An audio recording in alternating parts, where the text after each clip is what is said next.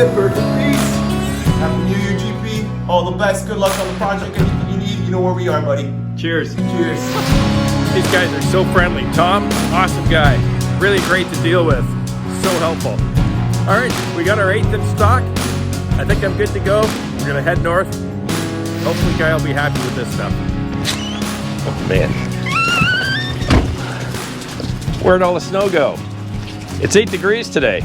Any warmer and I'd be wearing shorts. Welcome back to GP Outdoors. Today, we've got a project to complete. A long overdue project. I'm on my way over to Neighbor Guy's. We're gonna take this simple piece of steel and we're gonna turn it into... If you wanna see how we did it, just stick around. I'll meet you over at Guy's workshop. Cheers.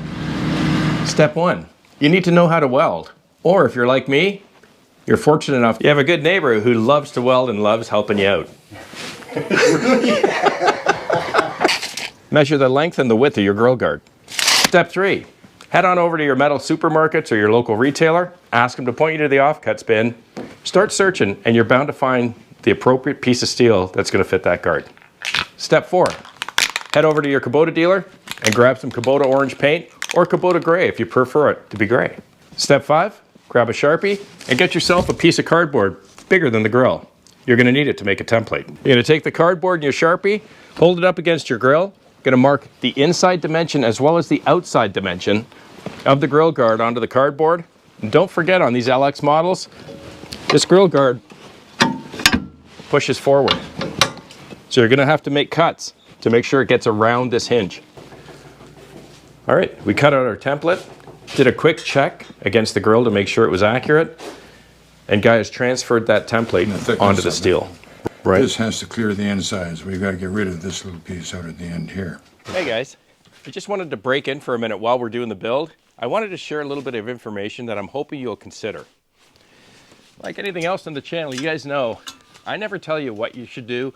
I just kind of show you what I'm doing, and I try to explain why.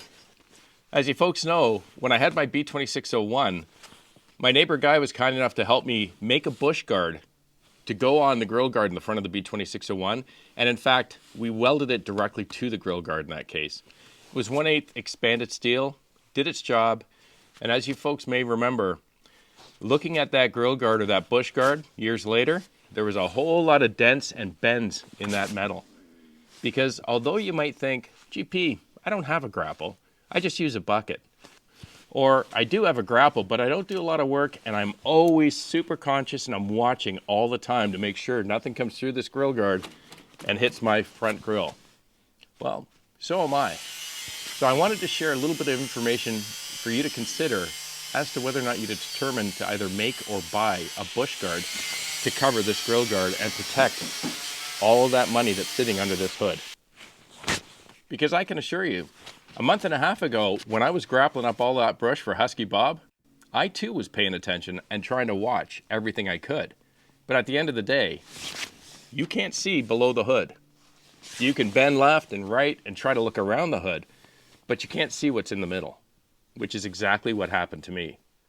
All right, so the guard outline is complete now. You'll see we had to take it back for a few test fits. You really got to kind of finesse the bottom here on either side, right around where the hinge is. Kind of a funny story too. That day, on that video you guys watched, when that limb punched through the grill of the front of this hood, I couldn't see it even though I was watching, but Husky Bob saw it. If you recall the shot, Husky Bob was standing out in the field to the left of me while I was grabbing that big tree, and his face went like this. And I caught it through the corner of my eye, and I did a double take, and I knew right then and there something bad happened. So although my good fortune had run out that day, I still had a little luck left. As you recall, that limb pierced through the front grill, but it never made it to anything of value, which I'm very grateful for. But I did a little research for those folks that are still kind of on the fence as to whether you want to buy or build one. Get a load of this. I took a little look at Kubota's price list for some of the components in the front of this engine.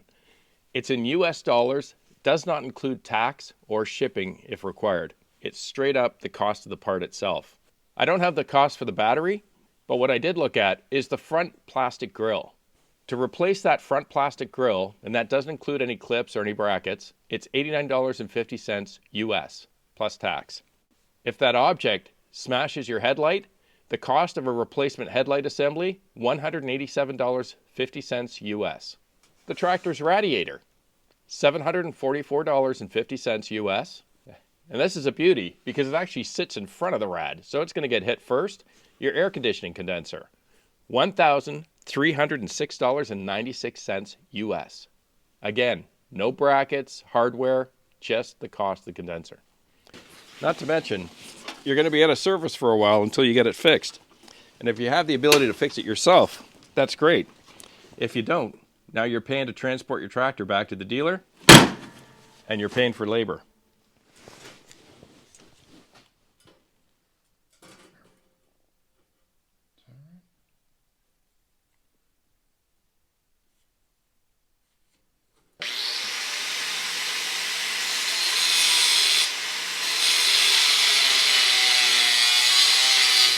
Well, okay, GP, but hey, I don't have a grapple, and I don't use a grapple, so I don't really think I need a bush guard or any more protection on the front of that tractor.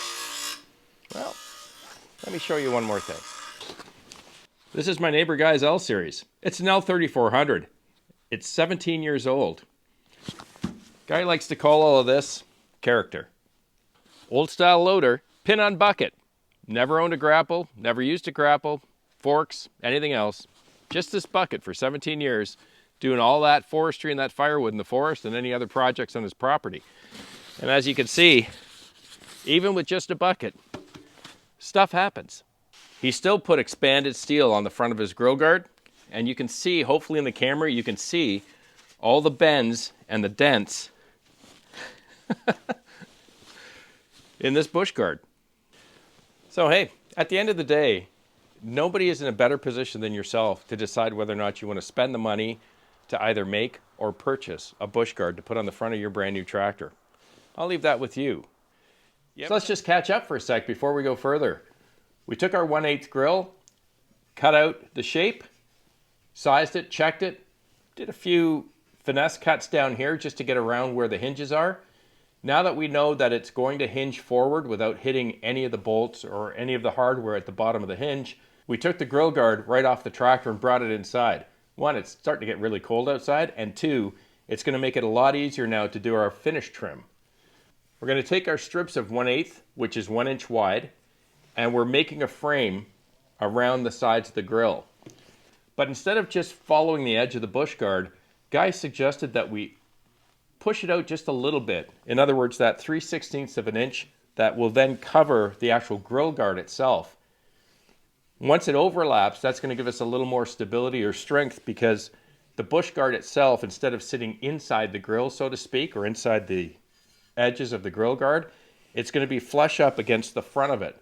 So we're going to get strength not only from the bolts, once we bolt it to the grill guard, but now that we have this frame here, the frame is going to overlap the grill guard on the edges, at least down till we get to the hinge, at which point it's going to float freely after that.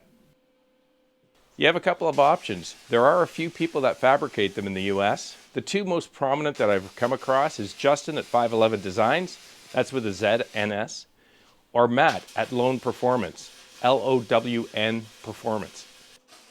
They both make absolutely stunning, gorgeous, high quality steel bush guards that you can easily bolt to the existing grill guard of your tractor.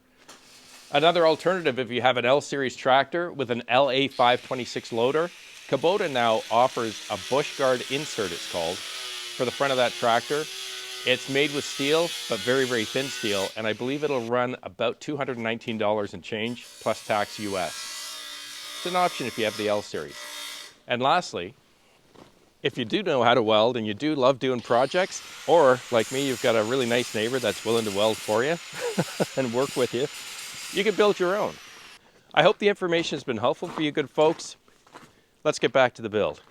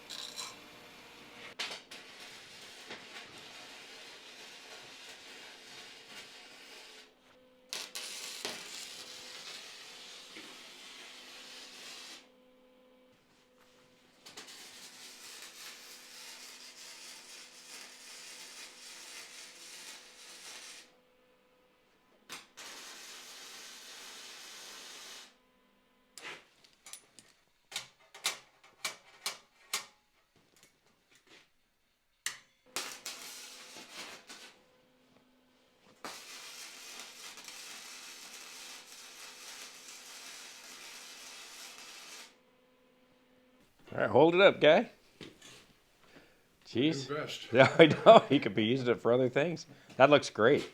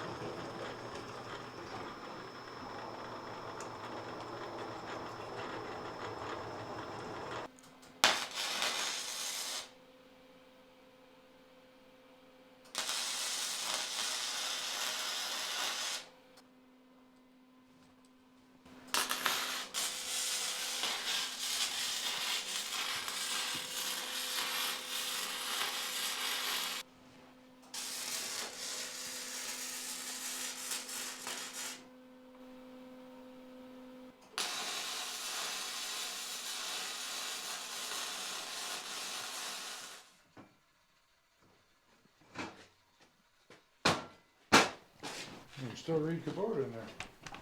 Yeah.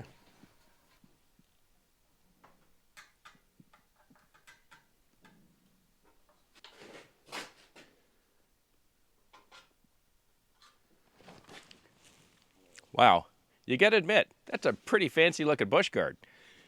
We're on day 3 now of the build. We're just about complete. I have a feeling though, as we do our final fit on the front of the tractor, that I may have to grind down this right side a little bit, because during the final welding, unfortunately, one of my clamps slipped a little bit and it just kind of tilted sideways a wee bit on us. That's why you'll see there's a bigger gap on this side than there is on this side. Hopefully I won't have too much left to do, because all we've got now, clean it, prime it, and paint it. You'll see that guy took the 1-inch stock and he cut 3-inch lengths. Then he put it in the vise, hammered himself out at 90 degrees so we had L brackets, and then he welded 4 of them, one on either side at the top. And the safest place, because of the hardware, was to do it on the angle here, as you can see. And this side here, we just reused the hole that I used for the ring for my hydraulic hoses. Fit perfectly.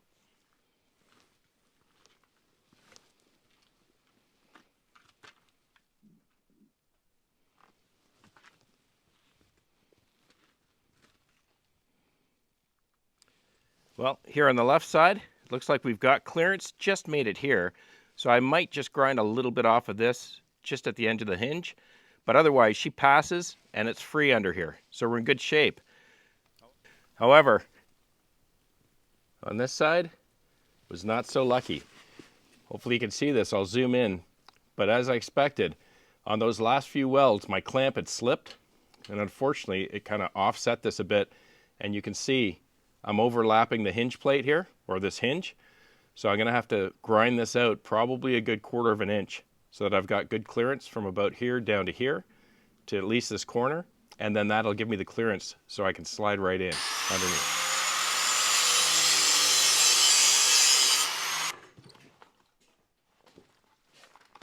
So what do we have left?